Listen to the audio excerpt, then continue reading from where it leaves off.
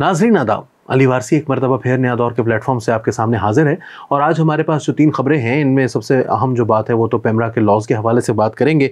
साथ पंजाब के अंदर जो है वो पाकिस्तान के अंदर आपको पता है कि हर वक्त सेंसरशिप जारी रहती है, उसके हवाले से भी एक बड़ी इंपॉर्टेंट खबर है। और साथ साथ बलूचिस्तान के अंदर मेंगल्स के इलाके में एक नया जो तनाज़ा एक मरतबा फिर सर उठा रहा है, उसके बारे में भी बात करेंगे।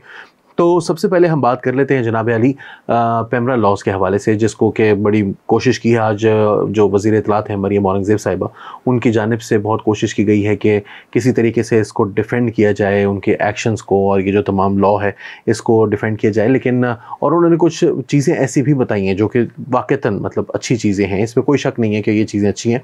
जो पुराने लॉज़ आते रहे हैं उनके अंदर भी वो चीज़ें अच्छी हैं, लेकिन क्या वो किस हद तक कारआमद होंगी, किस हद तक नहीं होंगी, और वो उनके ऊपर अमल दरामद भी हो सकेगा या नहीं हो सकेगा, वी डोंट नो येट। तो सबसे पहली जो बात है वो उन्होंने ये कहा कि हमने जो है वो इसमें डिसइंफॉर्मेशन और मिस इन्फॉर्मेशन को डिफ़ाइन किया है।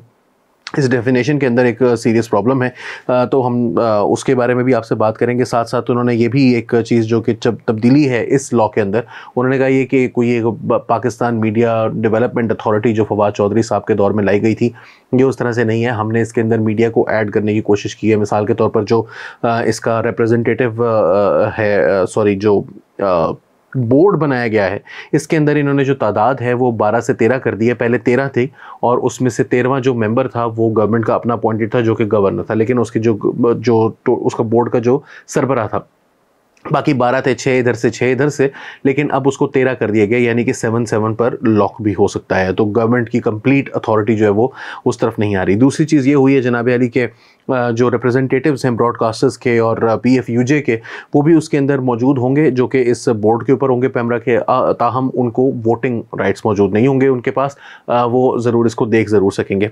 ताहम जो एक अच्छी चीज़ जो मैंने इसके अंदर देखी है वो ये है कि जी 2 महीने के अंदर अंदर आपको अपने जो एम्प्लॉयज़ हैं उनको सैलरी पेमेंट्स करनी पड़ेंगी। ये पिछली दफ़ा जब PMD आया था तब भी फवाद चौधरी साहब ने ये बात की थी। कितना इंश्योर किया जा सकता है इस बात को, ये एक अलहदा बात है, लेकिन यहाँ पर ये कहा गया कि अगर ये नहीं किया जाएगा तो गवर्नमेंट जो एड्स की पेमेंट करती है वो नहीं करेगी। अगर ये इंश्योर हो जाए तो मेरा ख्याल है कि ये एक अच्छी चीज़ हो सकती है।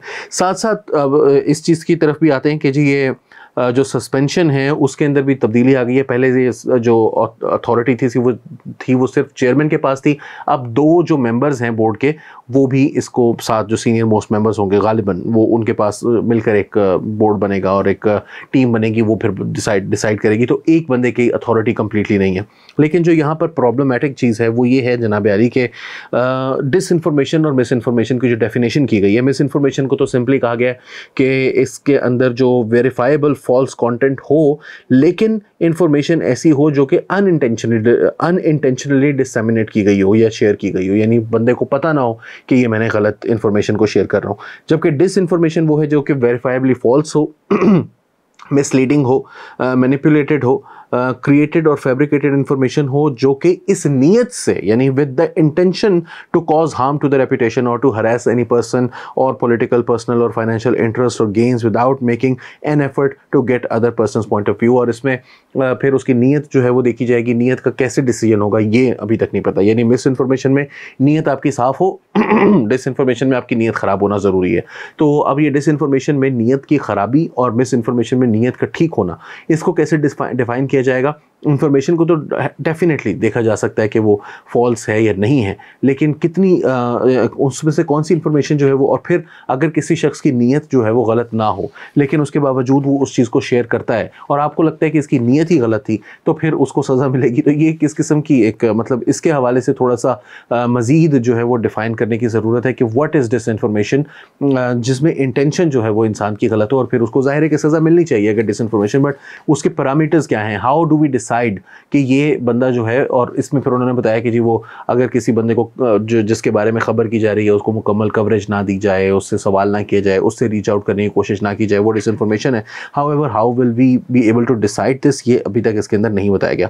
इसके अलावा कुछ एडवर्टाइजमेंट के हवाले से बात की गई है कि कंप्लेंट्स किस तरह से रजिस्टर होंगी। अगर कोई कंपनी जो है वो अपने एम्प्लॉयज़ को रजिस्टर नहीं करने देता, वो तनख्वाहें टाइम पर नहीं देती, तो उसके ऊपर कंप्लेंट्स किस तरह से हो सकती हैं, दीगर चीज़ों की कंप्लेंट किस तरह से हो सकती है। और उनका एड्रेस करने का क्या तरीका होगा वो भी इसके अंदर डिफाइन किया गया है। ये पीएमडीए के मुकाबले में कुछ कदरे बेहतर है, क्योंकि उसके अंदर तो बहुत सारी चीज़ें इसमें ऐड हो गई थी ना। मसलन इमरान खान साहब ने जो आखिरी जो ऑर्डिनेंस में तब्दीली की थी उसके अंदर तो उन्होंने यहाँ तक पीका के अंदर के जी मैं वज़ीर आज़म की ज़ात के ऊपर कोई इल्ज़ाम लगाया जाता है जो कि दुरुस्त नहीं होता और वो इंटेंशन गलत होती है, वज़ीर आज़म के ऊपर कोई ऐसी बात की जाती है, उसके ख्याल उसका एनालिसिस के अंदर जो है वो अगर उसकी नीयत के बारे में कोई बात की जाती है, उसकी गलत इन्फॉर्मेशन को जो है वो हाईलाइट किए जाने, यानी कि मैं अगर इमरान खान की इन्फॉर्मेशन को डिसइन्फॉर्मेशन कह रहा हूँ और वो उसको मिस इन्फॉर्मेशन समझ रहे हैं, तो इस बात पर भी मेरे ऊपर हो सकता है कि जी आपने उसकी नीयत को क्यों गलत समझा है। इसी तरह फ़ौज के हवाले से, मज़हब के हवाले से, अदालतों के हवाले से, दीगर इंस्टीट्यूशंस के हवाले से तकरीबन हर जो लॉ है वो यही काम करने की कोशिश करता है। ये लॉ भी इसी तरह का कोई एक चीज़ करेगी, लेकिन मतलब मुझे नहीं समझ आता कि इन लॉ से फ़ायदा क्या होता है। एक लॉ है डेफेमेशन का, उसको स्ट्रेंथन कर दिया जाए तो बाकी तमाम की तमाम चीज़ें जो है वो ऑटोमेटिकली अपनी जगह पर इन प्लेस चली जाती हैं, लेकिन उसके बारे में हमारे यहाँ पर कोई एफर्ट नहीं की जाती। कई साल लग जाते हैं, डेफेमेशन के केसेस जो है वो कंप्लीट नहीं होते, कोई अकाउंटेबिलिटी नहीं है। अगर आपने डेफेमेशन का केस किया हुआ है, इसके हवाले से आप कई साल रुलते रहेंगे अदालतों के अंदर, कभी फैसला ही नहीं होगा, फैसला हो जाए डिग्री भी नहीं मिलती, पैसे नहीं मिलते। तो ये एक बहुत टीडियस प्रोसेस है और उसको ठीक करने की बजाय आप नए नए कवानीन लेकर आए जाते हैं। एज एफ कवानीन लाने से मसला हल हो जाता है, वो तो डेफेमेशन के भी लॉज हैं। तो इस हवाले से अम्माद यूसुफ साहब हैं, ARY के जो गालिबन डायरेक्टर कुछ है, वो उनके पास अच्छा ओहदा है। ये वही साहब हैं जिनके बारे में आपको याद होगा शहबाज गिल की दफ़ा भी इनको जो है वो बताया गया था कि ये भी उसमें सारे मामले में शामिल थे, जब शहबाज गिल 15-16 मिनट तक लगातार ARY के ऊपर जो है वो फ़ौज के जो लोअर रैंक के अफसरान हैं उनको ये बगावत के ऊपर उकसाते रहे थे। ये कहते रहे थे कि आप जो है वो ऑर्डर्स बांधने से इनकार कर दें, ये अनकॉन्स्टिट्यूशनल हैं, इलीगल लॉज हैं और इनको आप जो है वो छोड़ दें।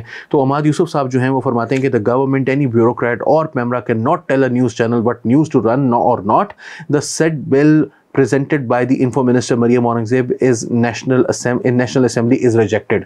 वो जो आसिफ गफूर साहब के दौर की जो ARY की आदतें हैं वो रिजेक्टेड वाली, वो ख़त्म नहीं हो रही। हम भी इसके बारे में जो है वो कोई इतने थ्रिल्ड नहीं है, एक्साइटेड नहीं है इस कानून के हवाले से। हमें भी लगता है कि इसमें प्रॉब्लम्स हैं और हमने आपके सामने अभी हाईलाइट भी की हैं। इंटेंशन को डिफ़ाइन करने का जो लॉ है, मतलब किस तरह से किया जाएगा, वो जो भी कंसर्न्स है हमारे तशवीश की निगाह से हम भी देखते हैं उसको। लेकिन अम्माद यूसुफ जब ये कहते हैं, ARY जब ये कहता है, तो मेरा ख्याल है कि इसके बारे में वो they are the least authentic या जिसे कहते हैं credible organisation in this country. उनके बारे में उनकी तरफ से इस किस्म की बात जब आए, जिन्होंने मतलब लोगों को गोलियां लगी हैं और लोगों को कत्ल किया गया है, कत्ल की कोशिश की गई है या उनको उठाकर ले जाया गया है, तो उनको डिस्क्रेडिट करने की कोशिश की है।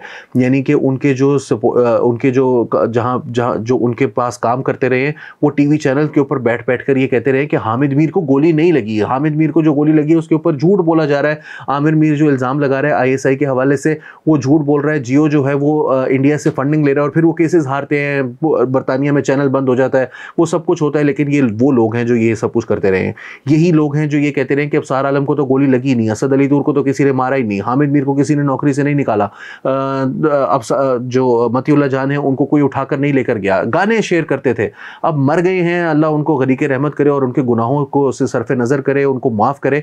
मगर अरशद शरीफ साहब और ये चौधरी गुलाम हुसैन और साबिर शाकिर वगैरह जो गालियाँ देते रहे बाकायदा चीफ जस्टिस को पाकिस्तान के, सिर्फ इस वजह से कि जनरल बाजवा का केस उन्होंने उठा लिया है, तो गंदी तरीन गलीज गालियाँ टीवी के ऊपर बैठकर, टीवी चैनल के ऊपर बैठकर, और वो टीवी ने कभी म्यूट भी नहीं की, वो सब कुछ करते रहे हैं। तो ये लोग अगर ये बात करें तो उस पर नवीद सिद्दीकी साहब हैं, इन्होंने अच्छा कमेंट किया। उन्होंने कहा they should not tell a news channel what news to run और not, but all the governments have been doing exactly the same ever since I can remember, and all news channels have exhibited compliance. So frankly it really can't be any worse than what we've been facing all along, कि हमेशा ये नहीं होना चाहिए, लेकिन हमेशा से यही सारी हुकूमतें करती रही हैं और तमाम टीवी चैनल्स जो हैं वो हमेशा से इन बातों को मानते भी रहे हैं। ये जो कैपिटल लेटर्स में रिजेक्टेड वगैरह लिख रहे हैं, पहले तो इस बंदे को जो है ना, वैसे अभी मेरी इसके हवाले से तसल्ली नहीं हुई, मेरे हिसाब से ना इसका भी मज़ीद फैसला, इसकी दोबारा से इसकी इन्वेस्टिगेशन तो करनी चाहिए।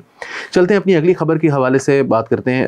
वर्ड में अख्तर मेंगल और शफीक मेंगल के दरमियान मुसालहत के लिए वफ्द पहुँच गया। ये खबर जो है वो आई है जनाब अली आपके खुशदार से हमने एक्सप्रेस न्यूज़ के ऊपर इसको ख़बर को देखा और इसमें बताया गया कि जी वहाँ पर एक मरतबा फिर मुसालहत की कोशिशें जारी हैं और नवाब असलम खान रईसानी की क़यादत में मुसालहती वफ़द वहाँ पर पहुँच गया वड में। एक्सप्रेस न्यूज़ के मुताबिक मुसालहती वफ़द में नवाबज़ादा हाजी मीर लश्करी रईसानी, नवाबज़ादा रईस रईसानी और दीगर शामिल हैं। मुलाकात में वड में जारी कशीदगी के बारे में तबादला ख्याल किया जा रहा है वगैरह वगैरह। मैं आपको थोड़ा सा इसकी जो है ना वो बैकग्राउंड बताना चाहता हूँ। ये शफीक मेंगल साहब जो हैं, ये अख्तर मेंगल के सरदारी के मतलब झगड़े वो तो अपनी जगह हैं, लेकिन इनके बारे में मैं थोड़ा सा आपको बताऊं कि एक ज़माने में दिफाए पाकिस्तान काउंसिल बनी थी और दिफाए पाकिस्तान काउंसिल के अंदर भी ये शामिल थे। मुझे उस वक्त उस ज़माने में एक साहब ने मुझे कहा था कि ये जो है ना, ये इसका रैंक जो है वो ब्रिगेडियर का रैंक है। तो मुझे उस वक्त तो समझ नहीं आई, लेकिन फिर मैंने आहिस्ता आहिस्ता इस हवाले से थोड़ी सी इन्फॉर्मेशन कलेक्ट की। मैंने इस हवाले से अपना जो रिसर्च पेपर भी लिखा, पंजाब यूनिवर्सिटी के जर्नल में मौजूद है वो रिसर्च पेपर। उसके हवाले जब लोगों से मैंने पूछा, इनका नाम वहाँ पर बार बार टेररिज्म के हवाले से जो है वो आता था, तो वो एक साहब ने हमें बताया, मैं नाम नहीं लूँगा, उन्होंने बताया कि जब पंजाब के अंदर CTD ऑपरेशंस कर रही थी 2015-16 में, 14 के बाद जब ये एक मरतबा फिर दहशतगर्दों को ख़त्म करने के लिए एक बनाया गया था, हमारा एक डॉक्यूमेंट बनाया गया था, मुझे नाम भूल रहा है उसका। तो वो जो डॉक्यूमेंट था उसके मुताबिक फिर ऑपरेशंस हुए। CTD ने बहुत सारे लोगों को जो है वो यहाँ से नेशनल एक्शन प्लान, तो यहाँ से जो लोग जाते थे सिपा साहबा के जिनके खिलाफ ऑपरेशन चल रहा था, वो पंजाब से भागते थे तो बलूचिस्तान में ले जाते थे उनको, और वहाँ पर ये कहा जाता था कि इनको शफीक मेंगल साहब की एक तरह से शागिर्दी में दे दिया जाता है। और फिर वहाँ पर आपको ये याद होगा कि 2015, 16, 17, 18 ये तमाम दौर में जब खैबर पख्तूनख्वा के अंदर ऑपरेशन चल रहे थे, एजेंसीज़ के अंदर ऑपरेशन चल रहे थे, पंजाब में ऑपरेशन चल रहे थे, कराची के अंदर ऑपरेशन चल रहे थे, उस ज़माने में दहशतगर्दी का जो हब था वो बलूचिस्तान था। हब के अंदर एक धमाका हुआ बहुत खौफनाक किस्म का, जहाँ पर बहुत सारे लोग जो हैं वो एक दरगाह थी वहाँ पर जो है वो मारे गए। इसके अलावा बहुत सारे लोग जो हैं वो बलूचिस्तान के अंदर, कोयटा के अंदर कई चर्चेज़ के ऊपर हमले हुए, अहले तशय्युअ के जो कत्ल होते हैं वो कई मरतबा वहाँ पर होते रहे। तो ये साहब जो हैं, इनके बारे में कहा जाता है कि ये उन लोगों की वो लोग जो ये सब कुछ कर रहे थे वो इनकी शागिर्दी में वहाँ पर रहते थे, यानी एक तरह से ये सेंचुरी प्रोवाइड करते थे उनको, और ये इनके कहने पर करते थे। सब अच्छी तरह जानते हैं पाकिस्तान के अंदर। मेरे एक जो इनके इलाके से एक साहब से मेरी बात हुई तो उन्होंने मेरे से कहा कि अख्तर मेंगल अगर ये कह देना कि शफीक मेंगल के जो बंदे हैं इनको रोटी नहीं देनी, चीज़ें नहीं बेचनी, जो तो ये पैसे दे रहे होंगे और लोग वहाँ पर इनको चीज़ें नहीं बेचेंगे, इनसे पैसे लेकर भी इनको चीज़ नहीं देंगे। लेकिन अख्तर मेंगल ये कभी भी नहीं कहेंगे, क्योंकि उन्हें पता है कि शफीक मेंगल असल मसला नहीं है, असल मसला वो लोग हैं जो शफीक मेंगल के पीछे हैं।